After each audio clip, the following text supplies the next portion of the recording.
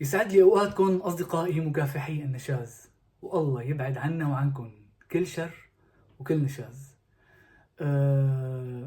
أول شي اشتقت لكم كتير، صار لي زمان ما طلعت عليكم كتير، مشتاق لتعليقاتكم. معلش اعذروني، يعني رغم انه والله مليان نشاز، بس انتم بتعرفوا نحن قبل مرة حاكين انه هالقناة انا ماني عاملها لحتى ضل ينزل على طالع والنازل شغلات ما إلها داعي، لانه عم يتكرر الموضوع والسخافات كلها عم تتكرر. فاليوم حابب لكم انه كتير اشتقت لكم، اشتقت لتعليقاتكم، كتير بفتخر بوجود عالم بتحب الفن، اشخاص مستمعين ذواقين مهذبين عندي موجودين على القناة، وفعلا بعرفكم من التعليقات انا، وبقدر اكتشف قديش انه انتم جماعة مستائين اساسا من هالشي اللي عم يصير على الساحة الزمرية على الساحة الفنية. اليوم رح اخبركم انه انا هالشخص كتير استفزني صراحة، جدا استفزني. الفنان جاد نخلة، الفنان الرائع اللي أنا أساسا من زمان بحبه، من أغنية لبنان الحلو، من أغنية مغرم، وكتير أغاني له. إنسان راقي، فنان راقي وملتزم.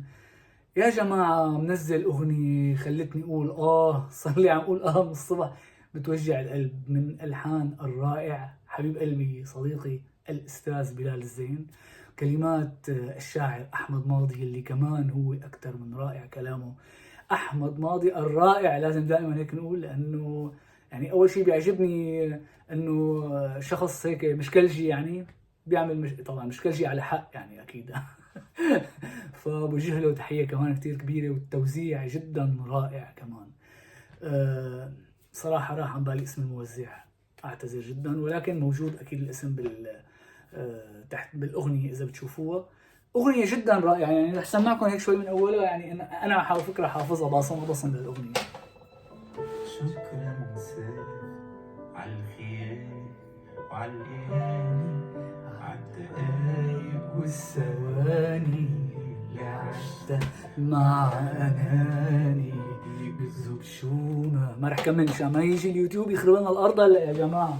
المهم، شكرا سلف الحقيقة اللي مش بريئة، لحبيبي ولا صديقة، صرت ببحور غريقة وغرقت وحدي للأسف. ما رح كمل انه انا بدي انزاز، بدي كمل، لازم تسمعوها مع التوزيع الرائع، مع اللحن، مع الكلام، مع احساس جاد نخلة. يا جماعة اغنية صلنا زمان ما سمعنا شي حلو، صلنا زمان ما سمعنا شي حلو. بتمنى من الجميع يروح يسمعها، ورح تدعوا لي، انا متأكد رح تدعوا لي. واشتركوا بقناة الفنان الرائع جاد نخلة، لان هيك الفنانين اللي بتستاهل تضلها على الواجهة وتكون نجوم نتشرف فيها طبعا بالوسط الفني، وكمستمعين نتشرف انه نسمع هيك شيء وننبسط انه نسمع هيك شيء يا جماعة.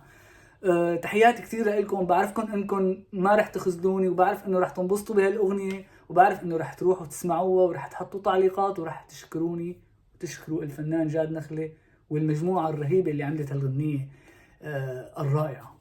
الى اللقاء وباي باي.